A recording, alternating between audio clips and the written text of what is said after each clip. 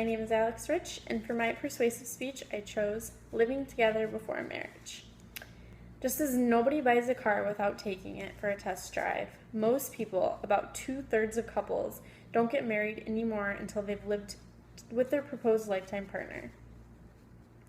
Nearly half of American women between the ages of 15 to 44 have lived with a partner before marriage.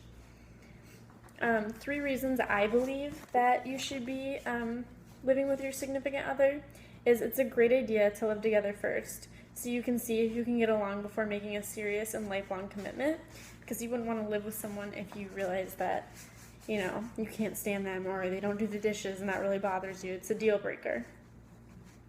Another reason would be differences, and it'll all be noticed before you actually get married. So maybe you don't agree on politics or certain things, and it's just not working between you two. You can find out before you actually find that. I think finances is another big one, which is probably one of the biggest marriage issues and reason for divorces upon studies, which you can talk about it before, because you're going to be moving in with this person, so you're going to actually have to sit down, talk about, who's paying for what, the utilities, things like that, and you can find out how that person puts their finances and how they go about it, and you can combine it together and make a happier, lifelong relationship. And when it comes to marriage, you've already dealt with it, so you won't have to worry about that. I think some positives with living together before marriage is, for ladies, or guys too, I guess, if you're not engaged, it's a step toward a proposal, which is a really beautiful thing, especially if you're already living together and that person knows exactly what you want. And I feel like you can see if you're compatible as roommates, because you really need to know if you can live with that person, because if you can't stand that person and you thought you could stand them, you wouldn't want to marry them.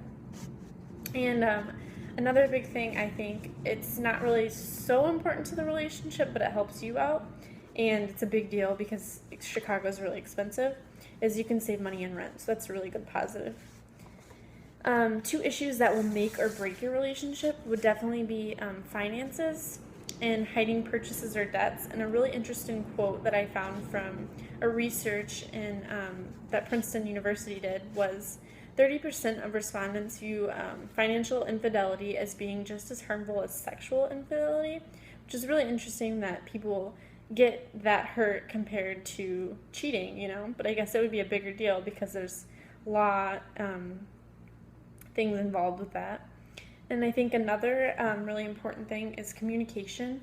I feel like a lot of couples don't communicate on a day-to-day basis. It's mostly social media, calling, texting, Twitter, Facebook messaging, things like that. And I don't think that people understand that if you're going to live with someone for the rest of your life in one household, you need to be able to handle them at their worst and handle them at their best.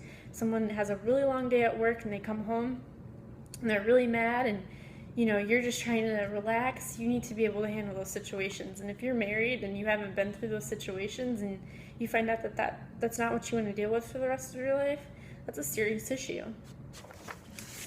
And I feel like my credibility to this subject, reasons that I can tell you about what I did, was I did a lot of research and I have a lot of background on it. My mom actually married my dad before living with him, and they actually got divorced because they weren't happy with the way that things went, finances and things like that, and so it saved a lifetime of unhappiness. And then she met my stepdad, and they lived together for a couple years before they actually got married, and decided that they loved living with each other, and everything was perfect. And now they've been married for 12 years, and they're super happy, and they have 2 beautiful little children.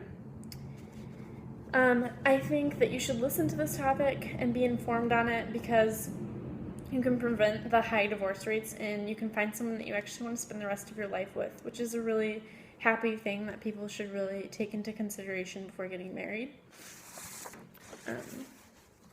Overall, couples should move in together so they do not find out surprises when they are married for good. And someone could be something that you're not, and you don't want to be stuck in that for the rest of your life.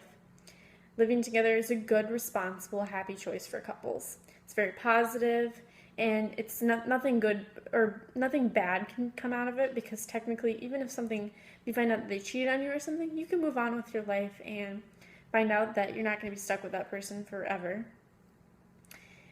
And a quote that I would like to end with that I found very interesting is, in the Western world, a man and a woman who lived together without being married were once socially shunned and persecuted and in some cases prosecuted by law.